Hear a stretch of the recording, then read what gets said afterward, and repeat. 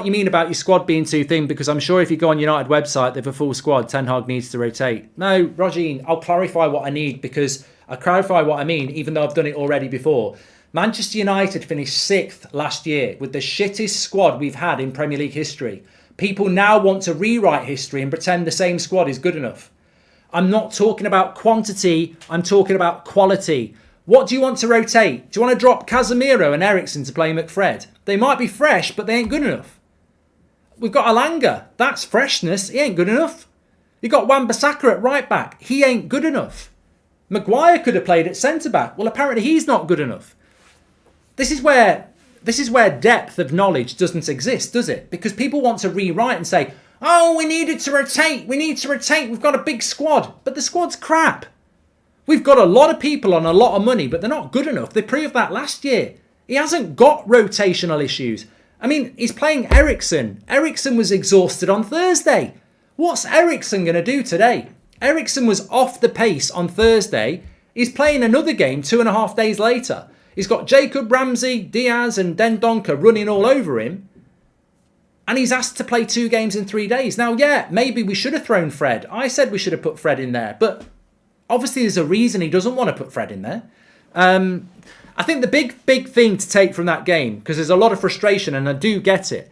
The big thing to take from that game is there is a January transfer window coming up and United are apparently ignoring it. Well, they're going to fuck us up.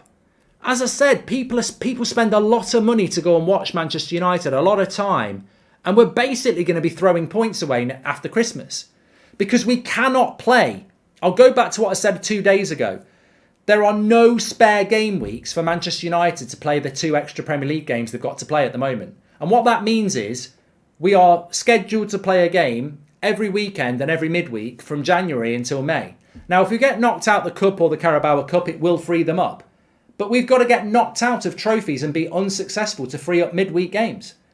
What that means is we're going to play 3 games a week between January and May. If we're crumbling at the start of November from the pressure of playing Thursday, Sunday, how the bloody hell are we going to do it for 5 months after a World Cup and after Christmas? And how are you going to ignore a January transfer window? And people talk about rotation, but the drop-off from Dalot to Wan-Bissaka is huge. The drop-off from Casemiro to McTominay is huge. We are going to struggle. Now, hopefully other teams are going to struggle as well, but Newcastle aren't in Europe. And they've got an open checkbook in January. Like, I don't know that other teams are going to struggle like we are going to struggle because they haven't struggled like we have already.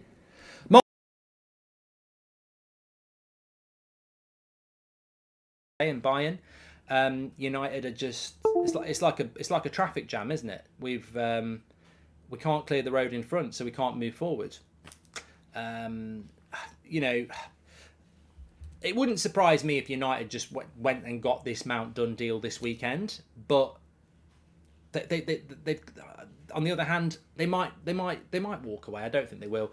They could take another 2 or 3 weeks. It's just chaotic, and I do sympathise with people at United. Like that, I know there's people at United who are so frustrated with what's going on, but I don't sympathise with John Murtaugh and I don't sympathise with Richard Arnold because there is a budget there. They have a budget, and as soon as people start making excuses, an excuse culture thrives. And we do have a budget, and they can have the player sales, and they're not selling players and they're not buying players. So let's not pretend there's no budget. There is a budget there.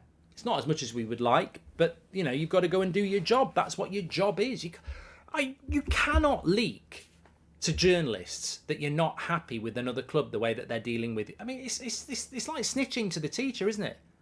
Oh, he's taken my pencil. I can't believe we are leaking to the Manchester Evening News that we're not happy about the way Chelsea have negotiated. God, I wish we were Chelsea. I'd love that. I would be rubbing my hands together. Imagine if it was the other way around and Chelsea's CEO was saying, we're not happy about the way Man United are taking the piss out of us publicly. I'd love that. It shows power. What do? Weakness, sympathy vote. We also love to say we like to do our business in the summer, just need to not to do any business, as CGI. And it's all boils down to the horrible last summer where we overpaid for Martinez and Anthony. Those 50-odd million would have bought us a player this time, says Amy. And why would you want to keep a player that doesn't want to play for you, says Mike Ross. that's an interesting point. Hi, Mark. Van Gaal warned Ten Hag about the circus called Man United. He shouldn't be surprised, says Tammy. Chelsea, I think Chelsea are playing a really good game. They've got this player that doesn't want to be there. They've got this club that's rubbish at negotiations, and they've just made a shitload of money from selling players anyway to Arsenal, Chelsea, and Saudi Arabia. So Chelsea are in a position of strength. They don't really want Mason Mount to go. They know Man United are desperate, and they probably know Man United will pay what they want. So they're not worried. And also, there are other clubs interested in Mason Mount if Man United drop out. So Chelsea are in a good position.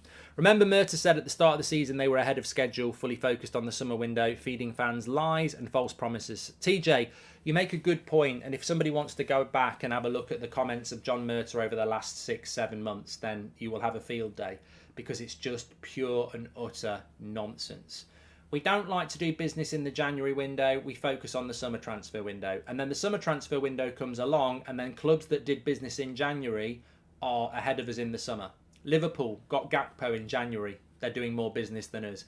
Chelsea bought half of bloody Europe in January. They're having a better summer than us. But Man United, who ignore January to focus on the summer, are behind those clubs that do stuff in January. Make it make sense.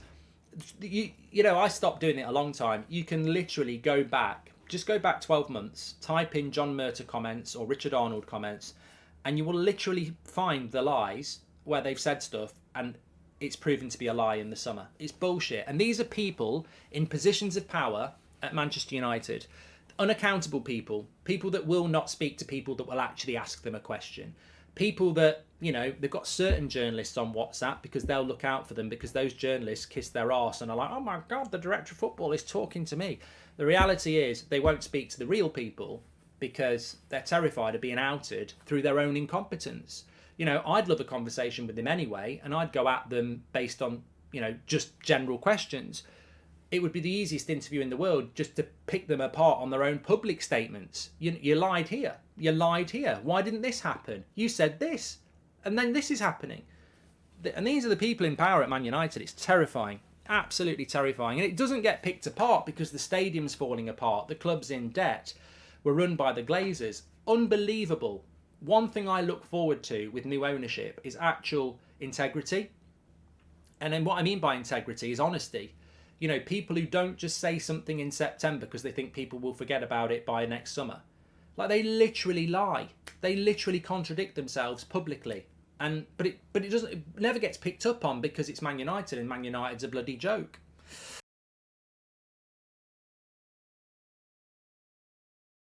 For Manchester, absolutely fucking nothing. The hotel next to it isn't theirs, it's Gary Neville's. They've done fucking nothing for Manchester. They've let one of the biggest iconic landmarks in Manchester rust. They've done fucking nothing for Manchester. Absolutely nothing.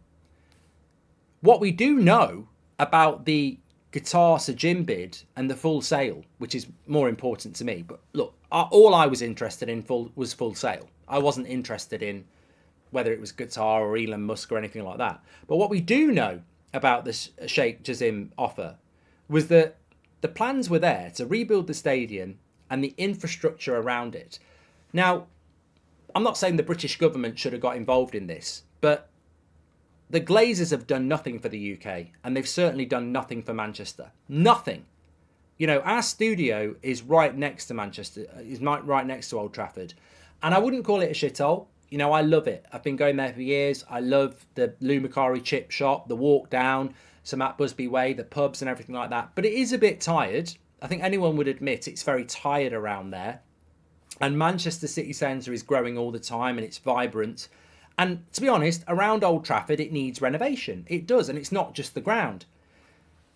The Qatar bid was going to rebuild Old Trafford and also the area around it. Hotels, infrastructure, transport, jobs. This is fucking gone. This is gone because of the greed of the Glazers. So there's your problem. There's your Nottingham accent. I'm saying it's really sad. It's really sad that we didn't get rid of the Glazers. It's really sad that it's not a full sale. But it won't get reported because these journalists around Man United are in the pocket of the Glazers anyway. We all know that. They won't report that, whilst they're stuck up the arse of Joel and Avram and Sir Jim, they're not going to report about what Abu Dhabi's done for the area around the Etihad. They're not going to report that. I mean, the Co-op Arena is right next door to that as well. That area is just rejuvenated. No one's going to talk about the millions and millions of pounds that would have gone into Manchester around Old Trafford, the job recreation in a time of, crisis in the UK. There's not a lot of money around. There's not a lot of jobs around.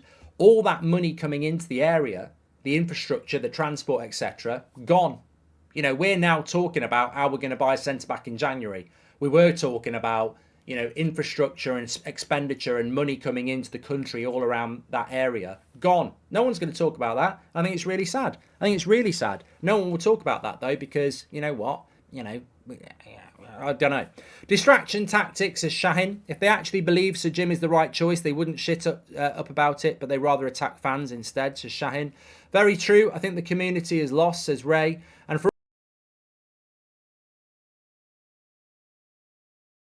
why you haven't got an answer, and why you won't answer, and why you won't do these interviews? Because as well as we do, that you are shit at your jobs. And you also know that you're not going to get the sack because you're all mates together, because you're all crap together. Shit attracts shit, doesn't it? And that's what's happened at this football club. No one will sack anybody because you'll expose each other. It's all about self-preservation in the dressing room and all the way through the club. Is it any wonder that our players go on the pitch, down tools, don't care, fight amongst each other's selves? The team represents the board, represents the owners. We are very consistent. People say we're broken from top to bottom. Are we? Or do we just represent the way the club is run from top to bottom? Because we've got incompetence, cowardice and failure right from the top to the bottom. The players on the pitch represent the way Murta and Arnold have acted in the transfer window. No accountability, pure arrogance and ultimate incompetence. So, we are broken. We know we're broken, but actually we're quite consistent all the way through. The players, you imagine we had an owner like a decent club has, who basically, like Florentino Perez. I know he gets a lot of stick at Real Madrid, but his vision is very clear. Real Madrid must be the biggest and best football club in the world, and we are going to be that. And what a surprise. They win a lot of league titles and they win a lot of Champions Leagues. People don't like Perez, but is his message at the top of that club as the president is we are the best, we behave like the best, and we be the best. And if you're not the best, you get out. That is what he does. Very arrogant, but very true. Imagine if we had someone like him at the top of our club. Do you think Harry Maguire would be tolerated as captain? Do you think McFred would be tolerated in the midfield? He would boot them out. He'd be like, what the fuck's going on? I want to win. Get out. We have nothing like that in the club. From top to bottom, there is absolutely nobody, bar probably someone like Ronaldo, to be fair, who gets what this club should be about or the standards. There is nothing. It is pure incompetence from top to bottom. And I'm tired of it, and I'm sure you are as well. We are being embarrassed by the hour. Embarrassed by the hour. We're actually getting sympathy from rival fans now. We're an absolute joke of a football club, and this transfer window has heightened that by 10. We thought this summer was going to be the path back. It's been a path down into the cellar even more.